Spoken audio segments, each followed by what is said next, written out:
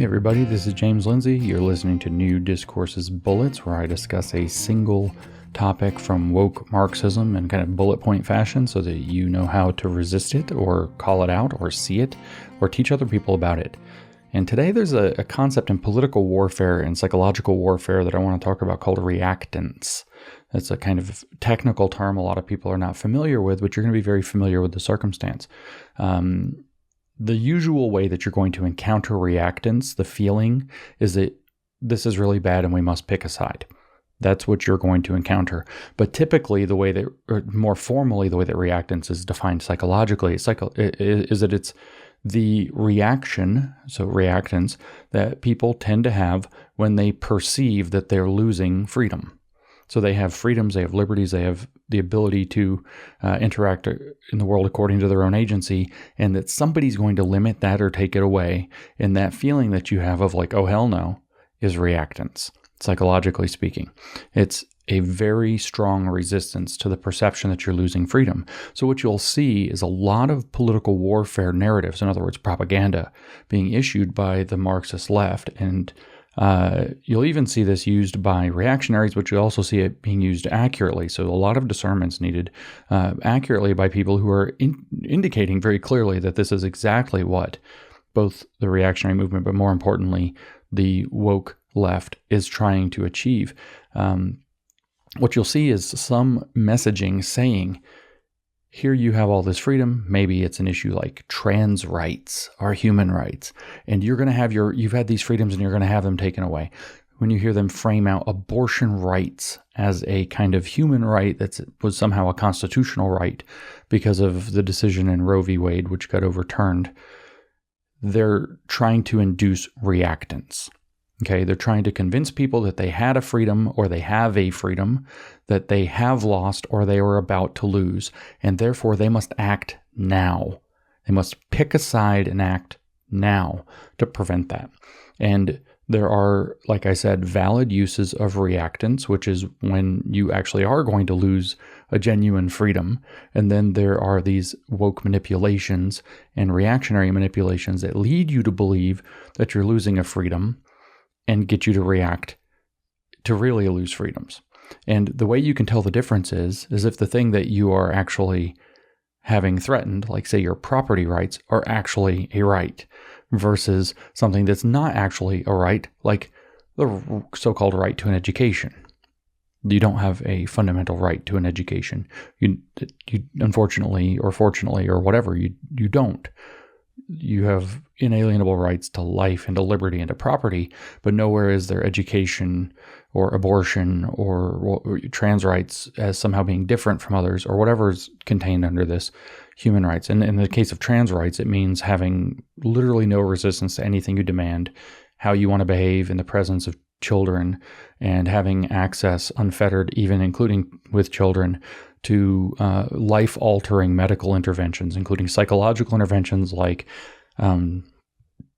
social transition and gender affirmation, but also physical or medical interventions like puberty blockers, cross-sex hormones, and surgeries that are life-changing and irreversible and obviously do tremendous damage. Those aren't fundamental rights. You don't have a fundamental right to this. So if they're propping up the idea that you're going to have some thing that's possible that might be restricted or taken away from you, but it's not actually a right, but they frame it as a right, they're probably trying to induce reactance.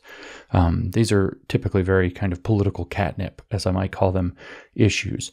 Now, the point of reactance is to cause people who are in the kind of thoughtful, even if not very informed and not very engaged, but still open-minded middle, people who have not entrenched in a side, to entrench in a side. And typically, the whole thing is constructed so that you will entrench to the left. It will to be or entrench to the radical right. It's going to be entrenching into some radical position.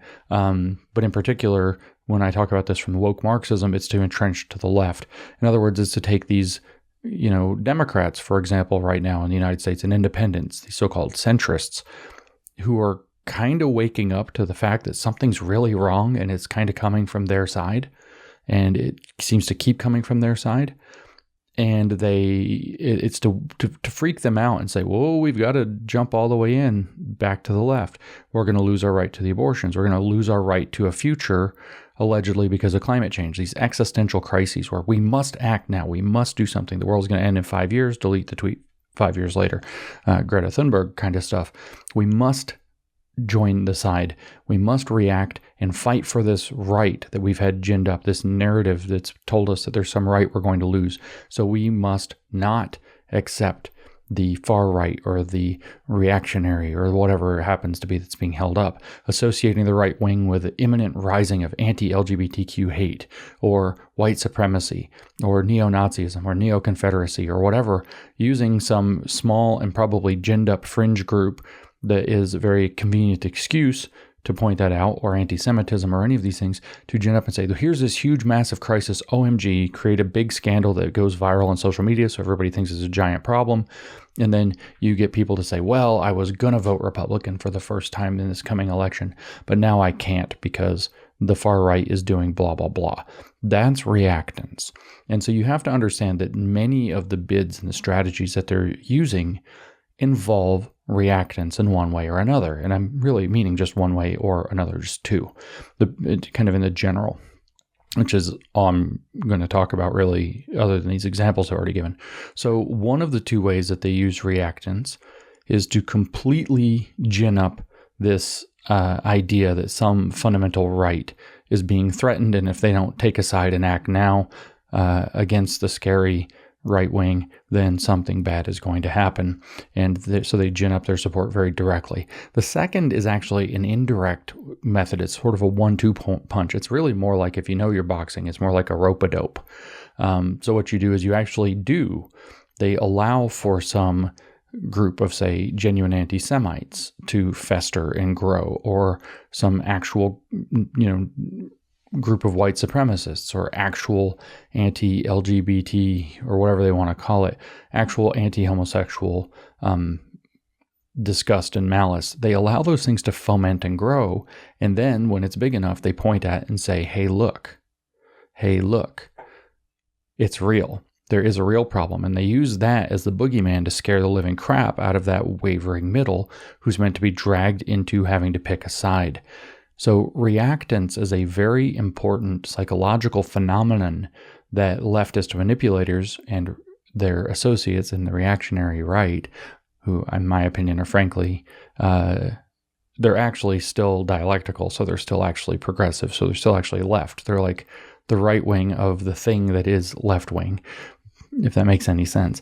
But the goal is to always gin up lots of immediate reactive activity one way or another to get them to entrench into a side and to see basically, normal everyday free citizens as the problem.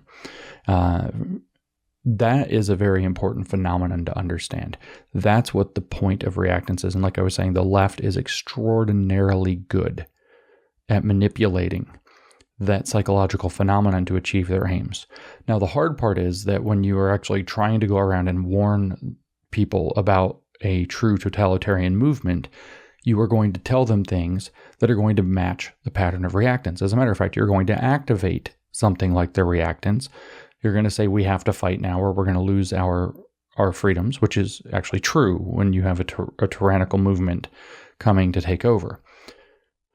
This invites people to be able to be the reactionary monster that becomes the foil to the original program. In other words, the rope-a-dope version of the reactance formula, because reactionaries will say the exact same thing and will look like they're just taking a slightly harder edge on the same issue, when as a matter of fact, they are not taking a harder edge. They are becoming the boogeyman that the left needs. And so what do you do about reactance? As with everything with these political warfare tactics, you start by understanding it. If you don't understand a political warfare tactic, you'll fall for it every single time. So you understand that this is the drive, and then you call it out. You are trying to induce a psychological state called reactance in order to get people to take a side. But the reason that you're doing this, or the way that you're doing this, is by ginning up a bogus issue.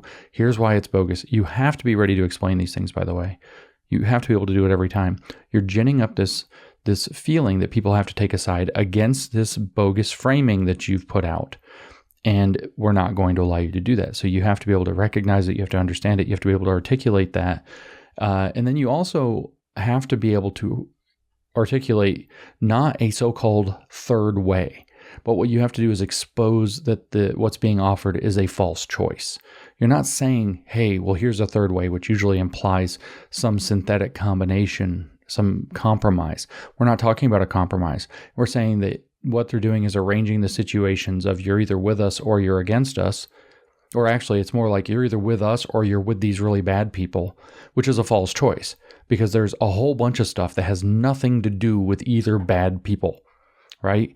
And so you have to be able to point out that what they're offering through what they're offering people is a false choice to funnel them into the choice that they want using the psychological phenomenon of reactance as a means of political warfare. So you have to say, you know what, two things can be wrong at the same time. Or no, you can actually you remember the whole you're either racist or anti-racist?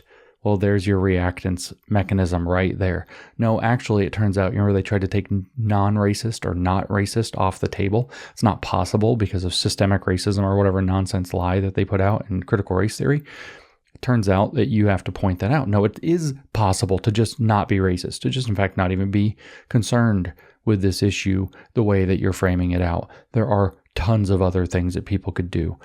That's how you have to deal with reactance. And again, being a psychological operation or an active measure, as it's more accurately called, it will capture when one of these bids comes out, they will have a target population in the audience that they're propagandizing, that they're trying to influence, which is what political warfare does, and it will ensnare most of them at first, and your goal has to be to shrink how many it ensnares as quickly as possible and to inoculate people so that the target populations that they can launch it at are smaller and smaller over time, and that they look more and more illegitimate and fraudulent every time they try. So you need to be aware of reactance. You need to be aware that they manipulate through reactance. You need to be aware that they're creating the feeling of basically an existential crisis or a very strong social identity, tribal us versus them. And the only possible thing that a good, sane person would do is join their cause full on and radicalize. So they use reactance to radicalize people. To stop it, you have to be able to name it, see it, identify it, call it out every time, explain that it's a bogus manipulation, explain how their framing is false and that's what's creating the reactance effect, and then say that there are lots of other choices other than the two false choices that they're giving, and stop trying to confuse us, stop trying to trick us, stop trying to manipulate us into supporting your agenda on bogus pretenses.